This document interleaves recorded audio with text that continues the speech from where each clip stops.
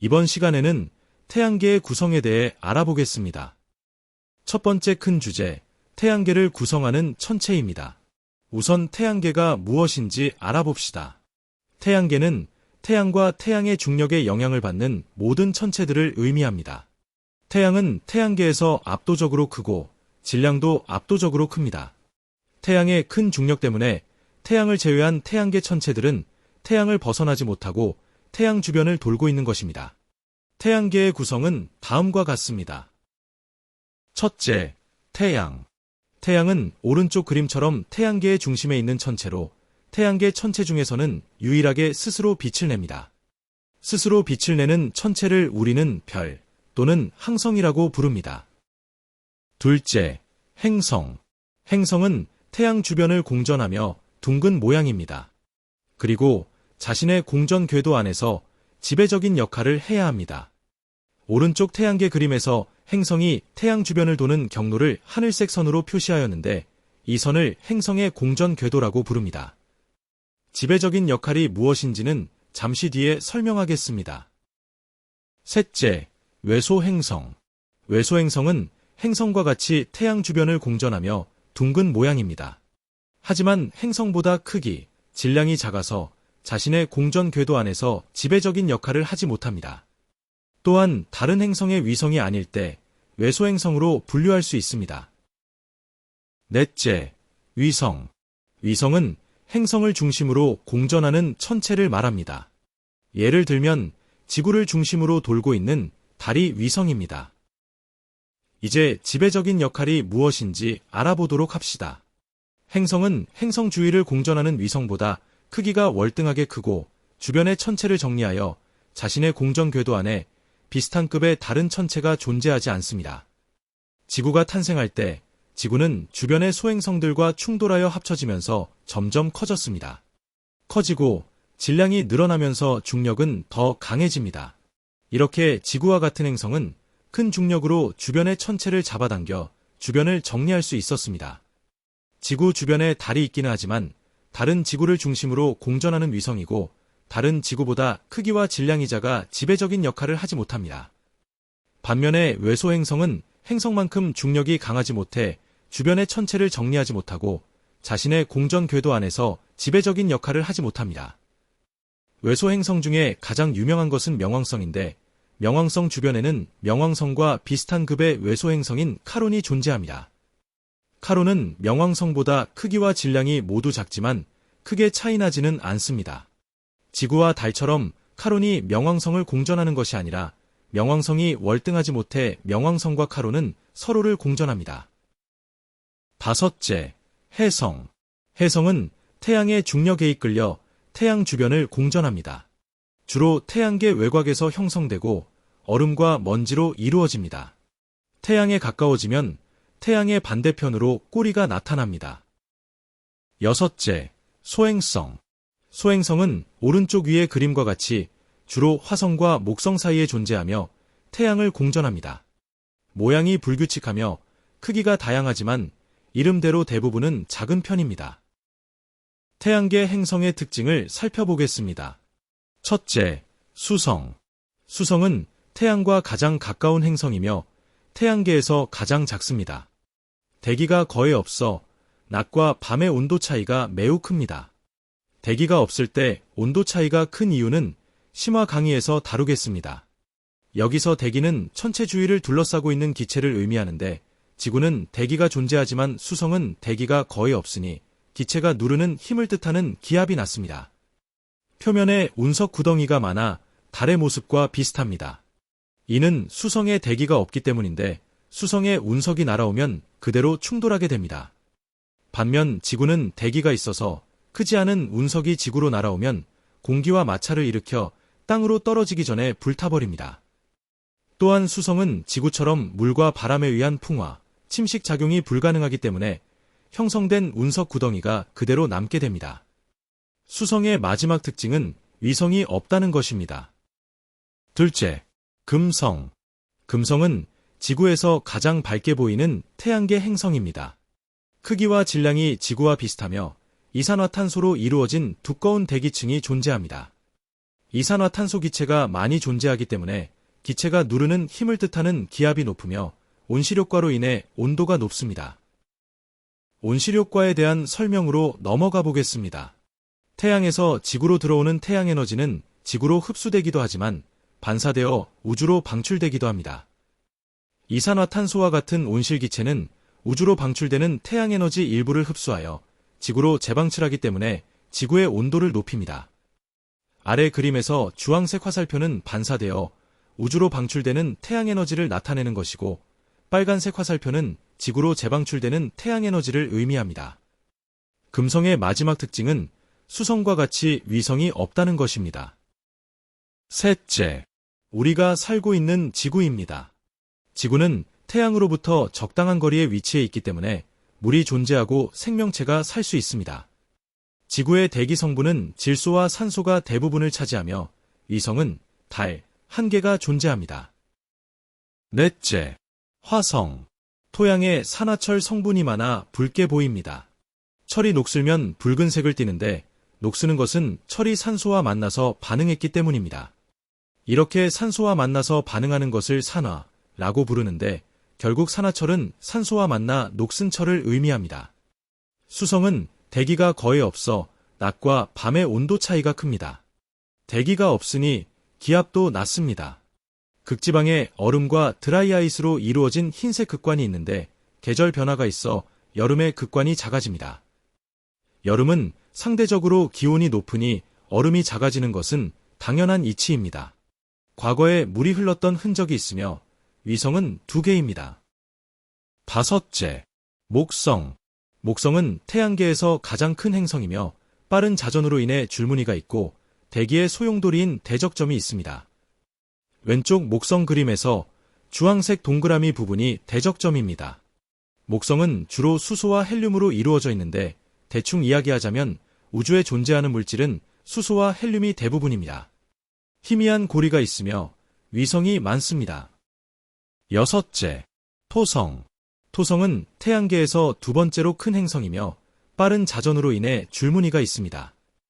여기서 자전은 천체가 자기 자신을 중심으로 회전하는 것을 의미합니다. 여러분이 일어선 후 제자리에서 도는 것이 자전과 비슷합니다. 목성과 마찬가지로 주로 수소와 헬륨으로 이루어져 있고 얼음과 암석으로 구성된 뚜렷한 고리가 있으며 위성이 많습니다. 토성과 목성은 특징이 비슷한데 둘을 구별할 수 있는 것은 목성의 대적점과 토성의 뚜렷한 고리 등이 있습니다. 일곱째, 천왕성. 색깔은 청록색이며 희미한 고리가 있습니다. 청록색의 청은 푸른색을 의미하며 록은 녹색을 의미합니다. 따라서 청록색은 푸른빛을 띤 초록색입니다. 다른 행성의 자전축은 공전 궤도면과 수직에 가까운데 천왕성의 자전축은 공전 궤도면과 나란합니다. 추가 자료 보겠습니다. 천왕성을 제외한 행성의 자전축은 위아래 방향입니다. 행성들의 태양 주변을 도는 길을 공전 궤도라고 부르는데 목성을 보시면 이 공전 궤도면과 자전축이 수직에 가까운 것을 확인할 수 있습니다. 천왕성은 자전축이 누워있기 때문에 자전축이 공전 궤도면과 나란한 것을 확인할 수 있습니다. 이를 다른 말로 천왕성의 자전축은 공전 궤도면과 거의 평행하다 라고도 말할 수 있습니다. 천왕성은 목성, 토성과 같이 주로 수소와 헬륨으로 구성되어 있으며 위성이 존재합니다. 여덟째, 해왕성. 천왕성과 같이 청록색으로 보이며 희미한 고리가 있습니다. 주로 수소와 헬륨으로 구성되어 있으며 대기의 소용돌이인 대흑점이 있습니다. 목성에 있는 대기 소용돌이는 대적점, 해왕성의 대기 소용돌이는 대흑점이니 이 둘을 반드시 구별하시기 바랍니다. 해왕성도 위성이 존재합니다. 별로 중요한 것은 아니지만 하나 짚고 넘어가자면 왼쪽 사진 속의 해왕성은 파란색입니다. 이는 이미지 처리 과정 중에 생겨난 오류로 실제 해왕성의 색깔은 천왕성과 비슷한 청록색이라는 사실이 최근에 밝혀졌습니다. 하지만 대부분의 책에서는 아직 해왕성을 파란색으로 나타내는 경우가 많습니다. 따라서 학교에서 쓰고 있는 교재 혹은 수업 중 선생님의 말씀을 잘 확인하여 파란색이라고 배웠으면 그렇게 알고 계시고 청록색이라고 배우면 그렇게 알면 됩니다. 태양계 행성의 분류 살펴보겠습니다. 지구형 행성은 지구와 특징이 비슷한 행성을 의미하며 수성, 금성, 지구, 화성 등이 있습니다. 목성형 행성은 목성과 특징이 비슷한 행성으로 목성, 토성, 천왕성, 해왕성 등이 있습니다. 지구형 행성은 암석형 행성이라 표면에 사람이 서 있을 수 있는 땅이 있지만 목성형 행성은 주로 기체로 구성되어 있어 표면에 사람이 서 있을 수 있는 땅이 존재하지 않습니다. 아래 표의 숫자들은 지구의 크기와 질량을 일로 정하여 상대적인 값을 나타낸 것입니다. 예를 들자면 지구의 질량을 1이라고 할 때 목성의 질량은 318배인 318입니다. 우선 지구형 행성 4개를 확인해 봅시다. 수성과 화성은 지구보다 크기 및 질량이 작습니다. 만약 이런 표가 문제로 나온다면 수성과 화성을 구별해낼 수 있어야 합니다. 그 포인트는 바로 위성의 개수입니다. 수성은 위성이 없고 화성은 위성이 2개 존재합니다. 따라서 지구형 행성 중 지구보다 크기 및 질량이 작은데 위성까지 없으면 수성, 위성이 존재하면 화성으로 답을 고르면 됩니다. 금성은 지구와 크기 및 질량이 비슷하지만 지구보다는 둘 다 작습니다. 지구형 행성은 전체적으로 고리가 존재하지 않습니다. 목성형 행성을 확인해 봅시다. 목성과 토성은 숫자가 압도적으로 높습니다. 목성은 1인자라 크기 및 질량이 가장 큽니다. 토성은 2인자로 목성 다음으로 큽니다.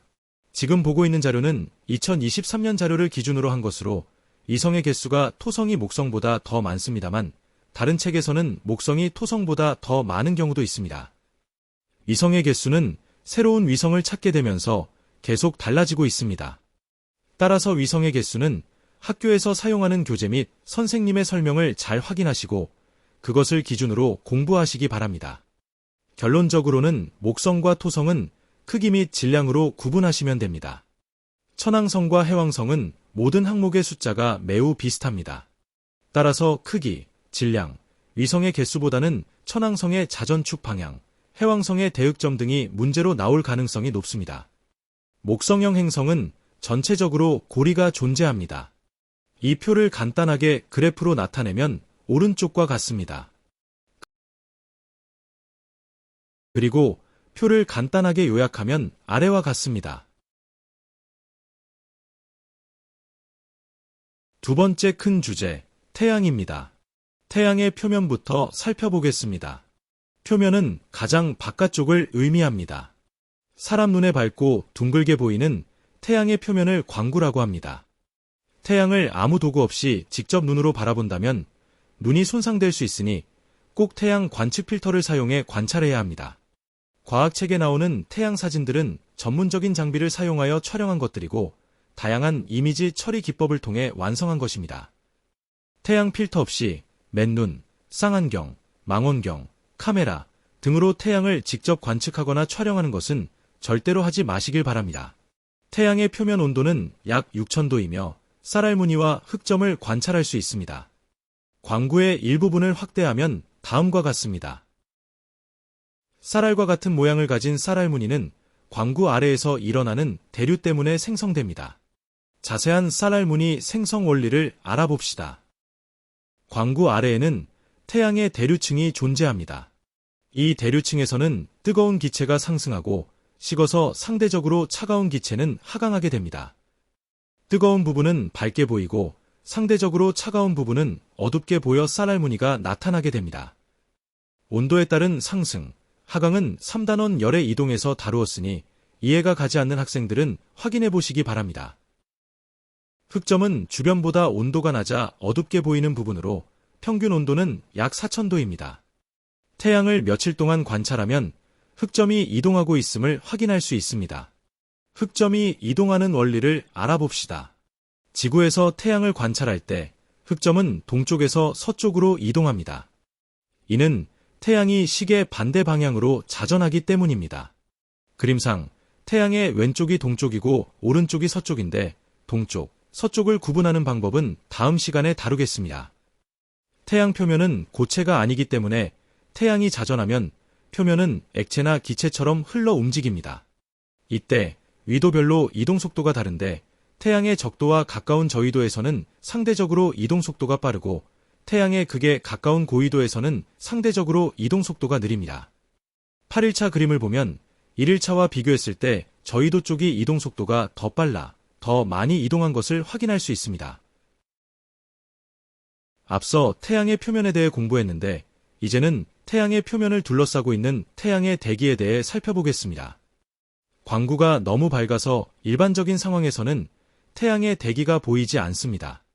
태양의 대기는 광구가 달에 의해 가려지는 개기 일식 현상이 일어날 때만 볼 수 있습니다. 첫째, 채층.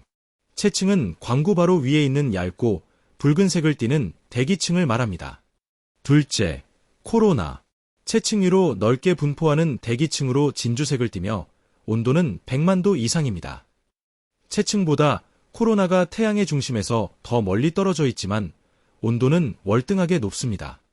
태양의 중심부가 가장 뜨거운데 더 멀리 있는 코로나의 온도가 훨씬 더 높은 이유는 아직까지 밝혀지지 않았습니다.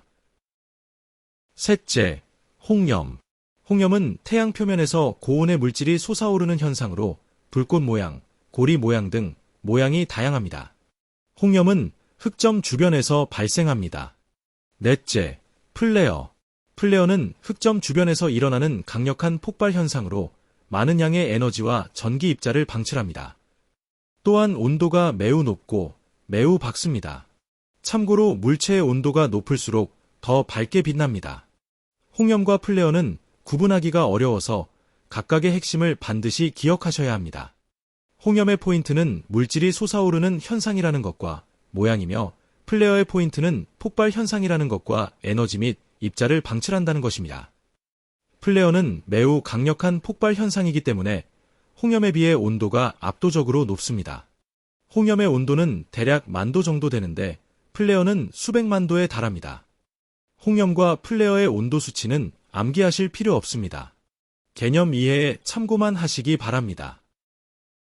태양의 활동에 대해 알아보겠습니다. 첫째, 흑점 수의 변화입니다. 흑점의 개수는 약 11년을 주기로 변화합니다. 주기는 같은 현상이 반복되는 기간을 의미합니다. 태양 활동이 활발해질수록 흑점 수는 많아지며 코로나의 크기는 커지고 홍염과 플레어는 자주 발생하며 태양풍이 강해집니다. 태양풍은 플레어가 발생할 때 나타나는 현상입니다. 플레어가 발생하면 많은 양의 전기 입자를 우주로 방출하는데 이러한 전기 입자의 흐름을 태양풍이라고 합니다. 아래 그래프를 보시겠습니다. 봉우리 모양이 약 11년을 주기로 반복되는 것을 확인할 수 있습니다. 여기서 흑점의 개수가 가장 적을 때를 극속이라 부르고 흑점의 개수가 가장 많을 때를 극대기라고 부릅니다.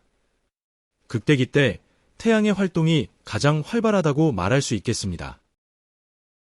극대기와 극소기 때의 코로나의 모습을 살펴봅시다. 극대기에는 코로나의 크기가 크고 극소기에는 코로나의 크기가 작은 것을 확인할 수 있습니다.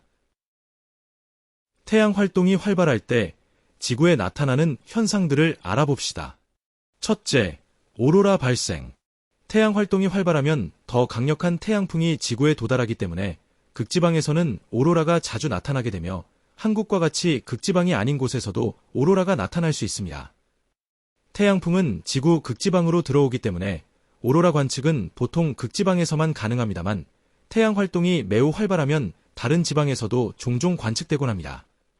한국은 오로라 관측이 어려운데 2024년에 강원도 화천에서 오로라 현상 촬영에 성공하기도 하였습니다. 태양 활동 극대기인 2025년에도 오로라를 볼 수 있을지 기대가 됩니다. 둘째, 자기폭풍. 자기폭풍은 강력한 태양풍에 의해 지구 자기장이 짧은 시간 동안 불규칙하게 변하는 현상을 의미합니다. 자기폭풍으로 인해 다음과 같은 현상이 나타날 수 있습니다. 대규모 정전. 전기를 보내는 송전시설이 고장나서 정전이 일어날 수 있습니다. 실제로 1989년에 자기폭풍으로 인해 캐나다의 퀘벡주에서 대규모 정전이 일어난 적이 있습니다. 델린저 현상. 장거리 무선 통신이 끊기는 현상을 말합니다. 인공위성 고장 및 오작동. 인공위성의 전자기기 부품이 자기폭풍으로 인해 파손될 수 있습니다. 그렇게 된다면 위성을 활용해 위치를 확인할 수 있는 시스템인 GPS가 오작동을 일으키게 됩니다. 인공위성 추락. 2022년에 자기 폭풍으로 인해 인공위성 스타링크 49개 중에 약 40개가 추락하기도 했습니다. 그 밖의 현상. 태양풍은 극지방으로 들어오기 때문에 태양 활동이 활발하면 북극 항로로 운행하는 비행기 노선 운영이 불가능해질 수 있습니다. 태양풍에는 방사능 물질이 포함되어 있기 때문에 태양 활동이 활발해지면 북극 항로를 지나가는 비행기 안에 탑승하고 있는 사람들이 방사능에 더 심하게 노출될 수 있습니다. 또한 우주 비행사가 더 많은 방사능에 노출될 수 있습니다. 기록 역사상 가장 강력한 태양풍은 매우 큰 피해를 주었습니다. 바로 캐링턴 사건입니다. 1859년에 매우 강력한 자기폭풍이 발생하였는데 극지방에서 가장 먼 적도 인근의 나라에서도 오로라가 관측되었습니다. 통신 장치 전원을 껐음에도 전류가 흘러 상대방과 통신이 가능하기도 하였으며 미국, 캐나다, 유럽 등의 통신망이 파손되기도 했습니다. 탐구 활동. 태양계 천체 분류. 태양계 천체를 분류해 봅시다. 이번 탐구 활동은 특별한 해설이 필요 없으니 스스로 해결해 보세요. 답은 교재에 적혀 있습니다. 이번 강의는 여기까지입니다. 여러분의 앞날을 응원합니다.